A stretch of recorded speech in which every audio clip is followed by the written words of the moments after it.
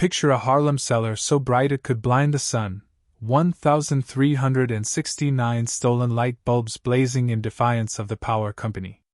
Our unnamed narrator sits there grinning, claiming he's invisible, not because you can't see him, but because you choose not to. Each glowing filament is a tiny manifesto, hijacking the city's electricity to spotlight its hypocrisy. Outside, Broadway roars. Down here, he's rewiring reality.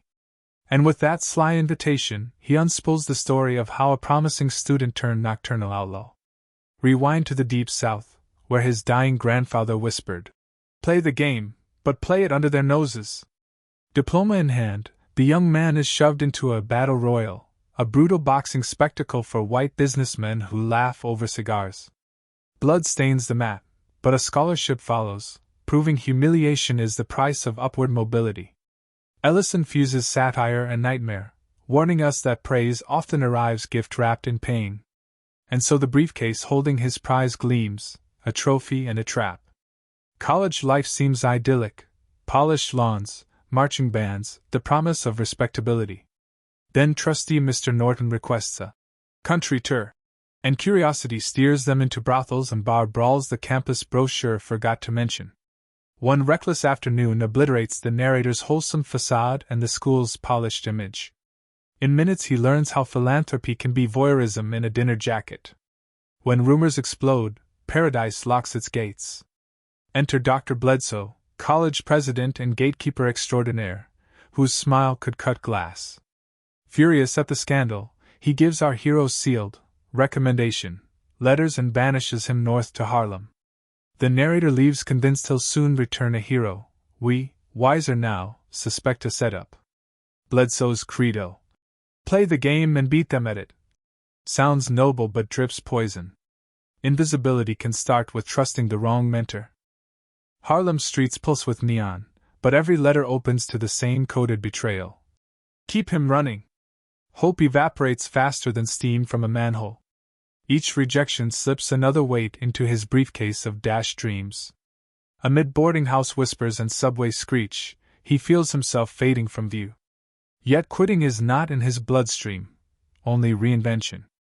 A factory job promises stability, until he realizes Liberty Paint's world-famous optic white is mixed with a splash of sinister black dope.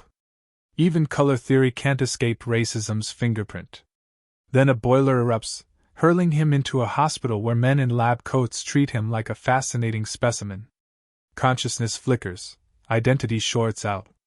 When he wakes, the only thing clear is that nothing is truly optic white.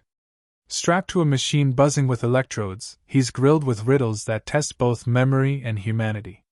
Doctors debate whether he's a new kind of animal, proving science can sound like sideshow barkers in white coats. Electric currents wipe names, dreams, perhaps a soul or two. Released back into daylight, he stumbles through Harlem with fresh suit, blank mind, and growing rage. Invisibility deepens when even you can't recognize the face in the mirror. Chance delivers an eviction scene, an elderly couple's life piled on the curb like tomorrow's trash. Outrage ignites a spontaneous speech that halts the deputies and stirs the crowd. His words crackle. Harlem listens. He discovers power in public sound. For one shining moment, invisibility turns into spotlight. In that spotlight wait recruiters with their own scripts. Brother Jack, red hair, glass eye, revolutionary swagger, offers salary, respect, and a fresh identity. The Brotherhood crowns him Harlem's new orator, trading his real name for an emblem on a lapel. Jazz clubs thrum with his fiery speeches while strategists dissect them like lab frogs. Tokenism feels flattering, until you notice the strings. Another mask, another kind of invisible. Rhetoric boot camp begins, memorize marks, hammer cadence, never improvise. He nails the technique but smells paternalism in every compliment about his natural eloquence. Headquarters loves a voice they can ventriloquize. Still, applause pours in and momentum tastes sweet.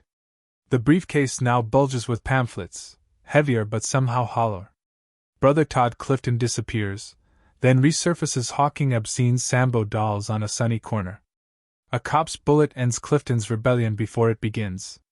The narrator's impassioned funeral oration electrifies Harlem but earns Brotherhood rebuke for individualism.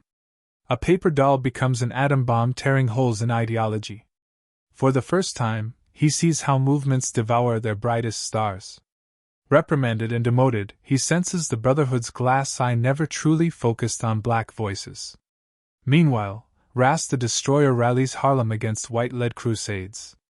Ideological fractures widen like sidewalk cracks after a quake. The narrator clings to personal conviction, dangerous in any bureaucracy. Invisibility threatens to choke the breath right out of him. Ras rides through night riots on horseback, spear-tipped flaming red cloth. He brands the narrator traitor, hurling both insults and weaponry. Our hero hurls the spear, and by extension his Brotherhood baggage, right back. Blood and ideology splash across Harlem asphalt. Lines between friend and foe blur like smoke in street lamp light. When the Brotherhood abandons Harlem, chaos fills the vacuum. Windows shatter, flames lick skyward, and sirens weave a bitter lullaby. The narrator tries steering fury toward justice but is swept under by looters' tide. He realizes rage is currency, spent easily, redeemed rarely. In the inferno, even visible heroes can vanish. Police chase, bullets whistle, an open manhole yawns like a maw. He dives, lid clangs shut, and darkness swallows him whole.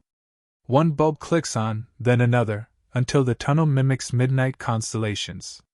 Underground becomes refuge and laboratory. Here he can study society from a safe distance. Exile morphs into empowerment.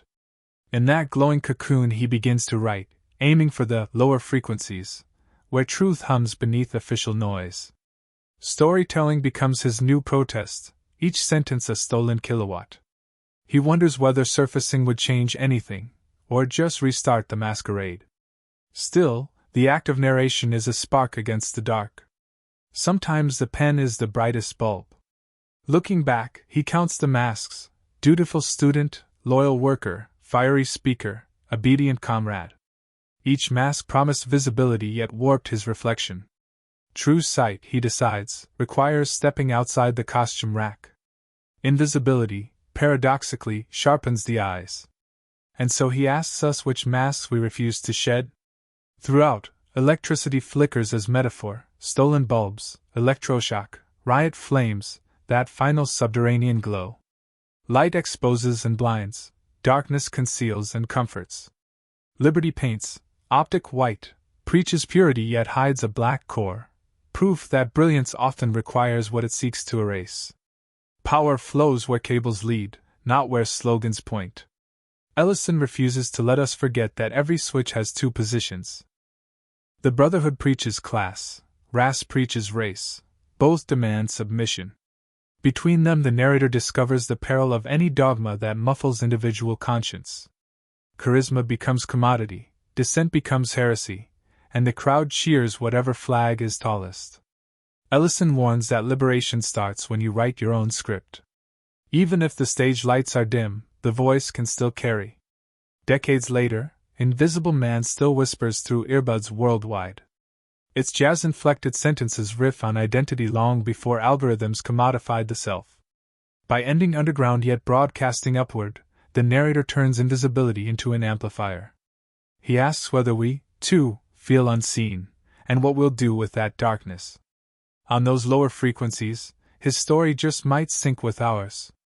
Subscribe for more book summaries and let us know in the comments which book to see next.